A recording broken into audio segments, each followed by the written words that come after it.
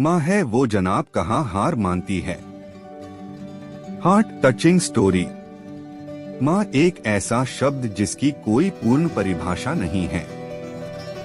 अनगिनत कवियों, लेखकों, विचारकों, बुद्धिजीवियों, संतों, महापुरुषों द्वारा एवं समस्त धर्मों में माँ की व्याख्या को बहुत सुंदर ढंग से प्रस्तुत किया गया है। वास्तविक जीवन में माँ की जो भूमिका है उसे बयान करना असंभव है।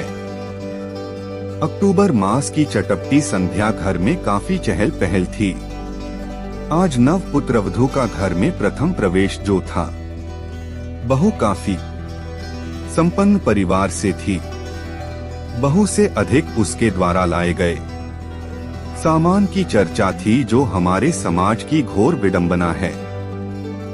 रिश्ते नाते पारिवारिक जीवन से संघर्ष करते हुए समय अपनी गति से चलता गया और एक लंबे अंतराल के बाद अंततः घर में पुत्र संतान का जन्म हुआ।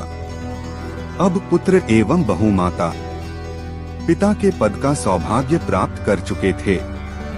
अब प्रकृति ने एक नैतिक जिम्मेवारी सौंपी थी, जो दाम्पत्य जीवन में सफलतापूर्वक निर्वहन भी करना था। पापा कोई व्यावसायिक कार्य नहीं करते थे, पूर्ण रूप से केवल कृषि पर निर्भर थे, जिससे सिर्फ परिवार का पेट भरता था। समय का चक्र चलता गया और परिवार बढ़ता गया। मूलभूत सुविधाओं के अभाव के कारण पारिवारिक जीवन पीड़ादायक होने लगा। अनाज के अलावा जीवन की कुछ बुनियादी आवश्यकताएं भी थी। पापा अपनी जिम्मेदारी को समझना नहीं चाहते थे। गृह क्लेश की स्थिति ने जन्म लिया। समय सुखद जीवन की कल्पना को चुनौती देने पर मजबूर हो गया। पापा हालात पर नियंत्रण नहीं कर पाए और घर छोड़कर अपनी नैतिक जिम्मेदारी को पैरों तले कुचल कर चले गए। माँ को सामाजिक कटाक्ष को झेलना पड़ता था। पति रहते हुए एक पत्नी का एकाकी जीवन समाज में हास्य का पात्र बन गया था। माँ हम सबको लेकर इस चुनौती भरे जीवन में हमारा भविष्य संवारने के लिए एक अपरिचित मार्ग पर निकल पड़ी। भारतीय नारी जो सहनशीलता, कठोर परिश्रम एवं मातृ शक्ति के लिए विश्व भर में अपना लोहा मनवा चुकी है, इसी विश्वास को पुनः बरकरार रखने के लिए माँ चुनौतियों के पथ पर अग्रसर बढ़ती चली गई। माँ कठोर परिश्रम एवं अपने बहुमूल्य जीवन का त्याग करके अपना एवं हम सबका जीवन यापन करने के संघर्ष में लग गई। माँ आधुनिक विचारधारा वाली महिला थी। माँ चूंकि अंग्रेजी नहीं जानती थी, आत्मा ने अंग्रेजी का अध्ययन किया, जो आधुनिक जीवन के लिए अनिवार्य साबित हुआ। माँ शिक्षित होने के साथ साथ हस्तशिल्प कला के क्षेत्र में कुशल अनुभव रखती थी। आत्मा अपनी प्रतिभा के अनुरूप एक महिला हस्तशिल्प कला केंद्र में अच्छे पद पर कार्यरत हो गई। बचे हुए समय में माँ पास पड़ोस के बच्चों को ट्यूशन देती थी, जिससे आर्थिक स्थिति को बढ़ावा मिलता था। माँ पिता स्वरूप बनकर अपना एवं हमारा अच्छी शिक्षा एवं सफल भविष्य की कल्पना को साकार करने में लग गई। समय के साथ माँ अपने पराक्रम से एक सफल महिला के रूप में समाज के लिए मिसाल साबित हुई। माँ ने पापा को साथ में रहने का हर संभव जतन किया और पापा साथ में रहने आ गए। पापा ने लोगों से काफी ऋण ले रखा था। माँ को पापा की विवशता के बारे पता चला और माँ ने ऋण भरने का निश्चय कर लिया और माँ ने पाई पाई जोड़कर पापा का ऋण चुकता कर दिया।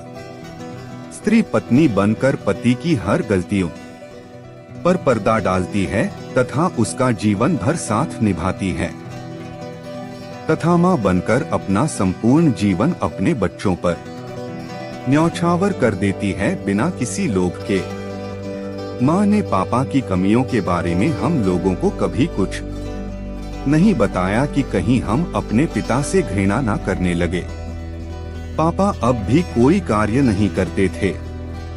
एक पिता का अपने बच्चों के प्रति क्या दायित्व होता है, पापा इस बात से विहीन थे। कुछ माह अंतराल के बाद पापा फिर से चले गए और हम समय के साथ कदम से कदम मिलाते बड़े होते गए।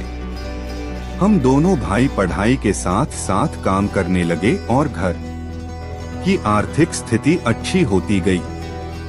माँ एवं हम दिन रात मेहनत करते और अच्छे जीवन का दृढ़ संकल्प लिए आगे बढ़ते गए। माँ हमारे लिए प्रेरणा स्रोत थी। माँ ने हमें उच्च शिक्षा एवं कुशल व्यक्तित्व वाला जीवन दिया। हम दोनों भाई पढ़ लिख कर अच्छे पद पर कार्यरत हो गए और जीवन सुचारू रूप से भली भांति चलने लगा। इज्जत करना बहुत जरूरी है। पापा पुनः वापस आ गए थे। माँ पतिव्रता पत्नी की तरह अपने संघर्षों एवं पीड़ादायक जीवन को भुलाकर पति की सेवा में लग गई। पापा के लिए हर संभव आवश्यकताओं को पूर्ण करती थी। माँ के द्वारा किए गए अथक परिश्रम एवं प्रयासों से आज गांव में अपना घर था। कृषि के लिए पर्याप्त जमीन थी। समाज में इज्जत थी।